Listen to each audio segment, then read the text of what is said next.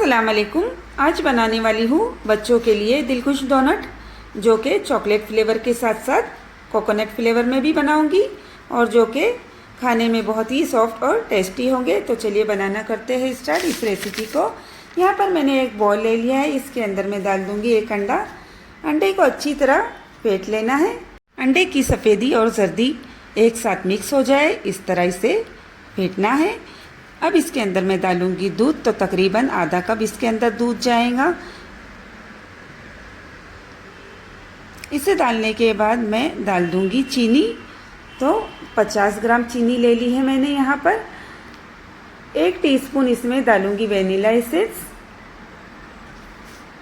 2 table spoon इसमें जाएगा मक्खन। इसे डालने के बाद मैं अच्छी तरह मिक्स करूंगी।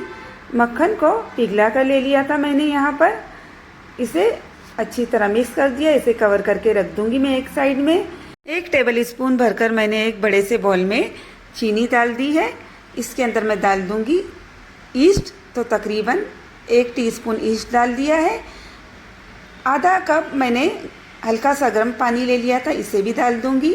इसे कवर करके तकरीबन 10 मिनट के लिए रख दूंगी और फिर 10 मिनट बाद इसे खोलूँगी। तो देखिए यहाँ पर ईस्ट अच्छे से फॉर्मेट हो चुका है। अब इसके अंदर मैं डाल दूँगी मैदा। तो यहाँ पर मैंने 400 ग्राम मैदा ले लिया है और फिर इसके अंदर मैं डाल दूँगी नमक आधा टीस्पून, और जो मैंने मिक्सर बनाया था अंडे का उसे भी इसके अंदर डाल दूँगी। एक फोक की मदद से इसे अच्छी तरह मिक्स करूँगी ताकि तमाम आटा अच्छी तरह सिमट जाए।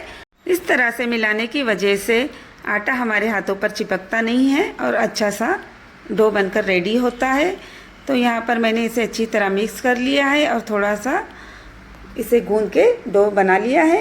हल्का सा ऑयल इसके ऊपर डालेंगे और इसे कवर करके रख देंगे तकरीबन आधे घंटे के लिए। तो यहाँ पर मैंने इसे कवर कर लिया है। अब आधे घंटे बाद इसे निकाल लेती हूँ। 10 मिनट तक इस तरह से इसे मसल कर अच्छी तरह सॉफ्ट करना है और फिर इस तरह से इसे स्क्रैच करते जाना है ताकि ये एकदम लचीला और सॉफ्ट सा बनकर तैयार हो जाए। इस स्टेप को ज़रूर फॉलो करें क्योंकि इससे डोनट बहुत ही सॉफ्ट से बनकर रेडी होते हैं।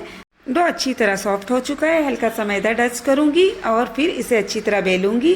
तो यहाँ पर मैं इसे एक बेलन की मदद से बेलती जाऊँगी। इस रोटी की साइज़ तकरीबन 1 इंच होनी चाहिए। तो यहाँ पर मैंने इसे बेल लिया है। मेरे पास एक कटर है, आपके पास जो भी कटर जिस भी शेप का हो आप उससे कट कर सकते हैं, लेकिन ये हार्ट शेप है तो इसलिए ही इसका नाम दिलखुश है। तो यहाँ पर मैंने इसे अच्छी तरह कट कर लिया है और इसे निकाल लिया है। देखिए तमाम डोनट को मैंने अच्छी तरह कट कर लिया है। इसे रख दिया है एक बटर पेपर पर। इसे कवर करके रख देंगे तकरीबन आधे घंटे के लिए और फिर आधे घंटे बाद इसे खोल देंगे। तो देखिए आधा घंटा हो चुका है। मैंने यहाँ पर एक नॉन स्टिक कढ़ाई गर्म होने रख दी है। इसके अंदर डाल दूंगी ऑयल, क्योंकि डोनट को डीप फ्राई किया जाता है, क्योंकि इसका टेस्ट बहुत ही अच्छा आता है डीप फ्राई करने से। तो मैं यहाँ पर इसे डीप फ्राई करूँगी। यहाँ पर ऑयल गर्म हो चुका है। इसके अंदर मैं एक एक करके तमाम डोनट को डालती जाऊँगी। ध्यान इस बात का रहे कि ऑयल ज़्यादा गर्म ना हो। इसे थोड़ा सा गर्म होने के बाद इसमें डालते जाए। ये अपने आप ही ऊपर एक एक करके आ जाएंगे।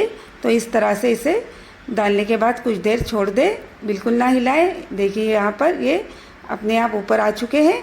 फिर इसे पलट दे और फिर इसे दूसरी साइड फ्राई करके निकाल ले। इसे मैं 3 बैचेस में फ्राई करूँगी। तो यहाँ पर मैंने तमाम डोनट को इसी तरह से फ्राई कर लिया है और ये बहुत ही अच्छी तरह रेडी हुए हैं। इसके ऊपर कोटिंग करने के लिए मैंने चॉकलेट यूज़ किया है। तो यहाँ पर कोई भी चॉकलेट ले ले। यहाँ पर मैंने चॉकलेट ले लिया है तकरीबन 80 ग्राम और फिर इसे मेल्ट करना है। तो एक गर्म पानी में इसे रख दूँगी और कुछ देर के लिए इसे मिक्स करूँगी। तो ये मेल्ट हो जाएगा इस तरह से। इसमें 2 टेबल स्पून भरकर मैं फ्रेश क्रीम डालूँगी और इसे अच्छी तरह मिक्स करूँगी। चॉकलेट सॉस रेडी हो चुका है। इसके अंदर मैं एक डोनट लूँगी और इस तरह से डीप करूँगी। दूसरी प्लेट में मैं कोकोनट पाउडर लूँगी और इसके अंदर डिप करूँगी इस तरह से। थोड़े से चॉकलेट वाले, थोड़े से कोकोनट चॉकलेट वाले बना दिए हैं मैंने। वीडियो पर नए हो तो चैनल को सब्सक्राइब करें, वीडियो को लाइक करें और बेल आइकन को भी प्रेस करें ताकि आने वाली वीडियो की नोटिफिकेशन आपको मिलती रहे। मिलते हैं फिर नेक्स्ट रेसिपी में।